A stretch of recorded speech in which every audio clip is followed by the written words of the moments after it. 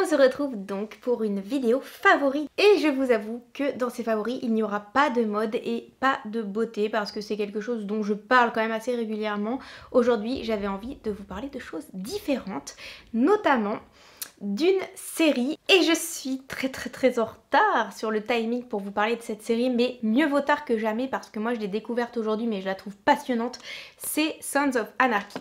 Alors j'ai emprunté ça à la bibliothèque de ma ville, la bibliothèque municipale. C'était une série qui sent très grave la testostérone et je me suis dit pour mon tatoué c'est exactement le type de choses qui lui plaît, tatouage, rock, moto, on peut pas faire mieux. Et au final c'est moi qui suis tombée dans le piège de la série. Au début je me suis dit je vais pas regarder, c'est vraiment trop violent, vous savez que j'ai un problème avec la violence, c'est vraiment quelque chose qui me met très mal à l'aise et j'ai tendance à quitter la pièce en fait dès qu'il y a une scène un peu difficile, donc vous imaginez quand même je pleure sur Bambi et je me suis dit que j'allais pas être capable de regarder cette série dans des conditions psychologiques correctes parce que c'est quand même très violent, très violent. Il y a énormément de sang, il y a énormément de brutalité, il y a des scènes de torture. Mais c'est tellement addictif, je suis complètement fan de cette série. Donc c'est l'histoire d'un mec qui s'appelle Jax, qui fait partie d'un gang qu'on appelle les Sons of Anarchy. Et il y a des guerres de gangs avec les Mayans, avec les nomades, enfin voilà, c'est des guerres de gangs où il y a des règlements de compte, ils sont sans arrêt en train de se buter les uns les autres, c'est sans pitié, c'est complètement dingue. Mais l'attachement au personnage, il est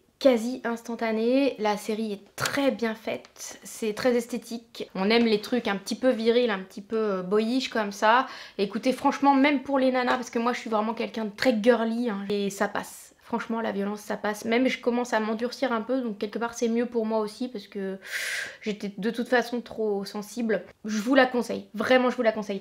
Ok elle date, je crois que la dernière saison est sortie en 2014 mais franchement elle n'est pas du tout dépassée, démodée, quoi que ce soit.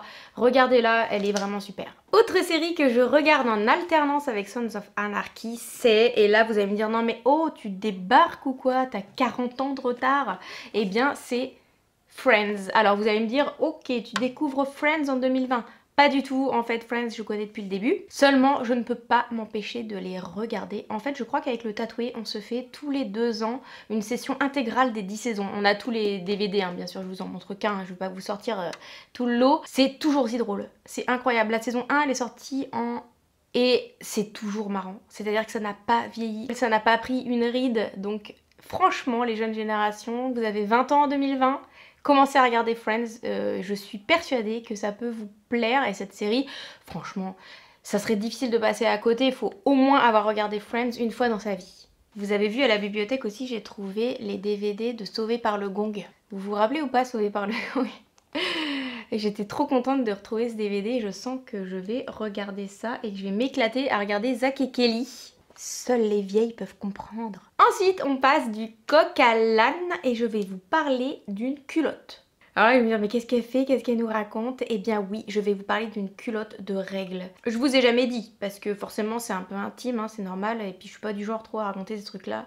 Donc j'avais entendu parler, Colline, d'une culotte menstruelle, et ça tombe très bien parce que j'ai été contactée par le site Sisters Republic. Alors, Sisters Republic, c'est un site français qui produisent des culottes de règles trop parfaites. Donc elle vous l'envoie dans un petit papier carton comme ça recyclable. Donc c'est marqué Sisters Republic, la culotte qui change les règles et qui remplace votre protection périodique. Alors je peux vous dire que ça fait très longtemps qu'ils me l'ont envoyé, je l'ai choisi sur le site en taille S, il faut choisir sa bonne taille. Prenez pas plus grand, mais c'est génial ça les amis. Je l'ai essayé pendant des mois et des mois franchement, je voulais vraiment voir si ça tenait le choc, si ça pouvait vraiment se laver, si ça pouvait vraiment redevenir propre, s'il y avait des problèmes d'hygiène. Enfin voilà, j'y croyais pas trop parce qu'effectivement ça fait toujours bizarre une culotte de règles, bon bref. Bon, je vous rappelle quand même que les femmes au siècle passé, elles n'avaient pas de serviette hygiénique, Enfin moi elles se démerdaient, sauf que ça c'est magique. Et c'est tellement magique que c'est sûr et certain que je vais aller en acheter d'autres sur le site. Et je vais m'en commander 2 autres parce que je pense que 3 c'est bien pour avoir un roulement. Après au niveau des prix, je pense qu'on est vers la trentaine d'euros pour une culotte. Alors effectivement ça paraît cher comme ça, mais vous en avez pour toujours en fait. Donc une fois que vous avez investi là-dedans, vous êtes tranquille forever. Plus besoin d'acheter des serviettes, plus besoin de polluer la planète, créer des déchets qui sont inutiles. C'est zéro fuite, zéro humidité, zéro odeur, zéro produit toxique, zéro déchet, zéro gaspillage. Lavable, durable, écologique. C'est exactement ça que j'ai envie de prôner en 2020. Bon, ça fait pas partie d'un favori, mais j'avais envie de vous en parler parce que j'étais trop contente de vous en parler. C'est le joli bouquet que m'a offert le tatoué pour nos 3 ans de mariage. C'est pas mignon. Oui, bon, je suis un peu cucul à riflette. Et ben voilà, j'étais contente, j'avais juste envie de vous le montrer parce que j'ai trouvé ça trop chou. Et puis il m'a acheté aussi un jeu vidéo et il m'a acheté aussi des crevettes et des bulots parce qu'il sait que c'est ce que je préfère manger et comme lui déteste ça, et ben tous les ans pour notre anniversaire de mariage, il m'offre des fruits de mer parce que comme lui il en mange pas, bah moi non plus du coup j'en mange jamais, donc voilà. C'était la petite parenthèse romantique. Et ça me permet de faire une habile transition pour vous parler de mon favori suivant qui est ma roseraie. Dans ma vidéo confinement, je vous avais parlé de ma roseraie que j'avais commencé à créer, j'avais retourné la terre, j'avais fait un massif et bien voilà, elle a bien avancé et surtout mes roses sont sorties donc j'étais trop contente de vous montrer un petit peu ce que ça donnait. On se retrouve pour un autre favori qui est ma roseraie. C'est un espace romantique que j'ai conçu au début du printemps. En fait, ici, il n'y avait rien. On est derrière la maison. Donc, le principe de cette roseraie, c'est de se servir du rond qui existait déjà, qui était maçonné, pour pouvoir créer un jardin décoratif tout autour et en faire un endroit sympa à vivre. Et pour pouvoir créer cette jolie roseraie, j'ai tout simplement retourné la terre sur une largeur de 2 mètres. Car au fond derrière vous apercevez la forêt de chêne dans laquelle je me suis servi pour faire tout ce broyage, c'est-à-dire on appelle ça du paillage. Ce sont tout simplement des morceaux de branches que j'ai broyés à l'aide de mon broyeur. Et j'en ai mis une bonne épaisseur sur le sol pour que cela puisse conserver l'humidité et aussi diminuer la repousse des mauvaises herbes. Ici par exemple nous sommes en présence d'un magnifique rosier qui a une bonne quarantaine d'années. J'avais très peur sur le fait qu'il puisse survivre à la transplantation. Or ça s'est plutôt bien passé, j'étais quand même très contente. J'ai une passion pour ce rosier blanc, il est juste magnifique. Il a fait énormément de roses. Il y a des dizaines et des dizaines de roses. J'avais même pensé m'en faire un super bouquet pour mettre dans la cuisine, mais j'ai changé d'avis et je vais vous expliquer pourquoi. Parce que à l'intérieur, il y a énormément d'insectes qui viennent manger et polliniser les fleurs et qui après vont partout dans le jardin pour polliniser toutes les fleurs. Donc bien évidemment c'est super important que les insectes puissent faire leur travail et du coup je préfère laisser les roses sur place. Ici j'avais à cœur de créer un joli petit coin romantique pour qu'on puisse venir prendre le café tranquillement. J'ai aussi réinstallé un grand lampadaire. J'adore cet endroit maintenant qu'il est comme ça. Avant il était vraiment terne, il se passait rien, c'était un tout petit peu mort. J'ai un peu mis de tout, c'est-à-dire que ici nous avons bien évidemment beaucoup de rosiers de toutes les couleurs, mais ici c'est par exemple une rose trémière que j'ai récupérée sur l'île de Ré l'année dernière et je l'ai replantée ici et je suis très contente de voir qu'elle a pu repartir.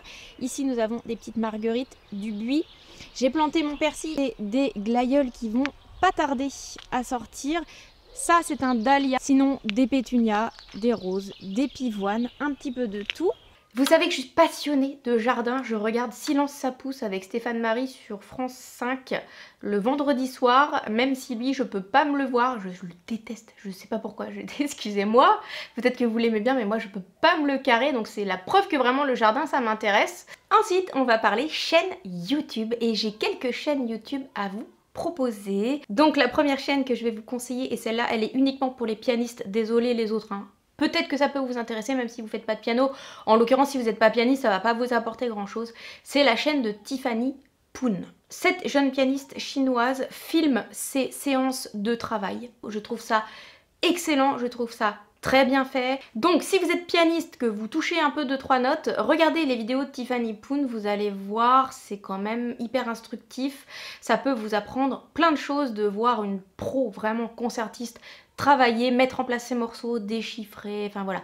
C'est super intéressant, en plus elle est tellement balèze, elle est tellement mignonne, adorable, enfin franchement, super chaîne Tiffany Poon. Pour les pianistes un petit peu moins expérimentés, on a la chaîne de Marie-Claire Baritou.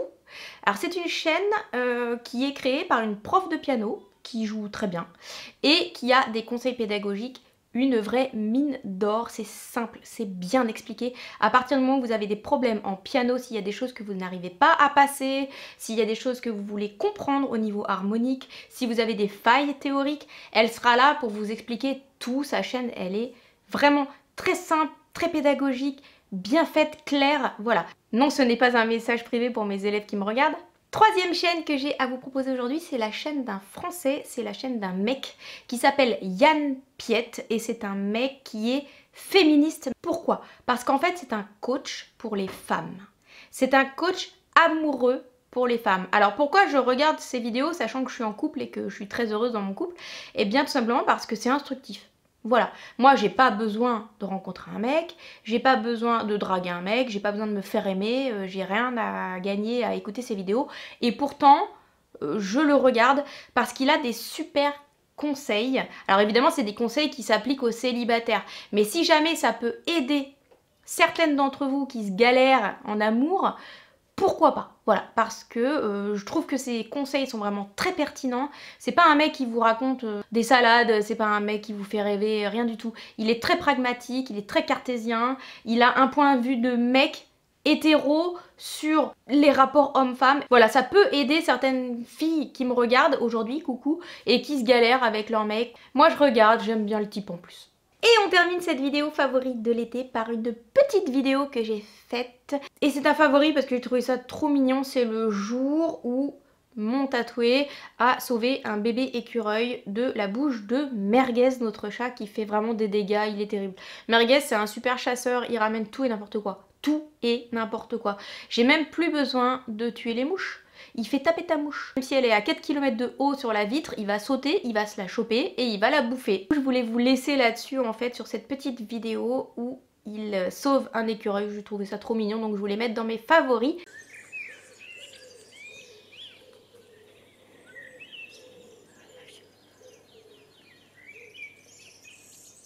Il cherche à sauter dans l'arbre d'à côté je crois. Il est sur la salle.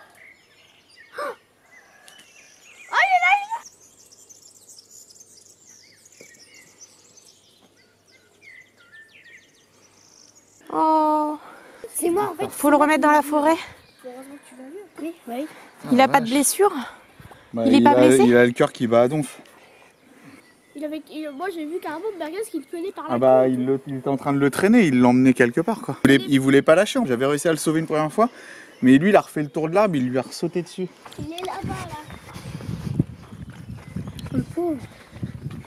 Ça m'a fait peur. Non mais il est trop chou. Attends. Tiens, mets-le dans le chêne là. Oh, c'est trop chou. Il est où? J'ai pas de sang sur moi apparemment. Ah si, il est là-haut, il grimpe. Ah oui, il est là-haut. C'est l'idiot ce Merguez. Raté Merguez, ce sera pas pour cette fois. Et voilà, cette vidéo favori est terminée. J'espère que ça vous aura plu. On se retrouve très bientôt, promis, pour une prochaine vidéo. Salut!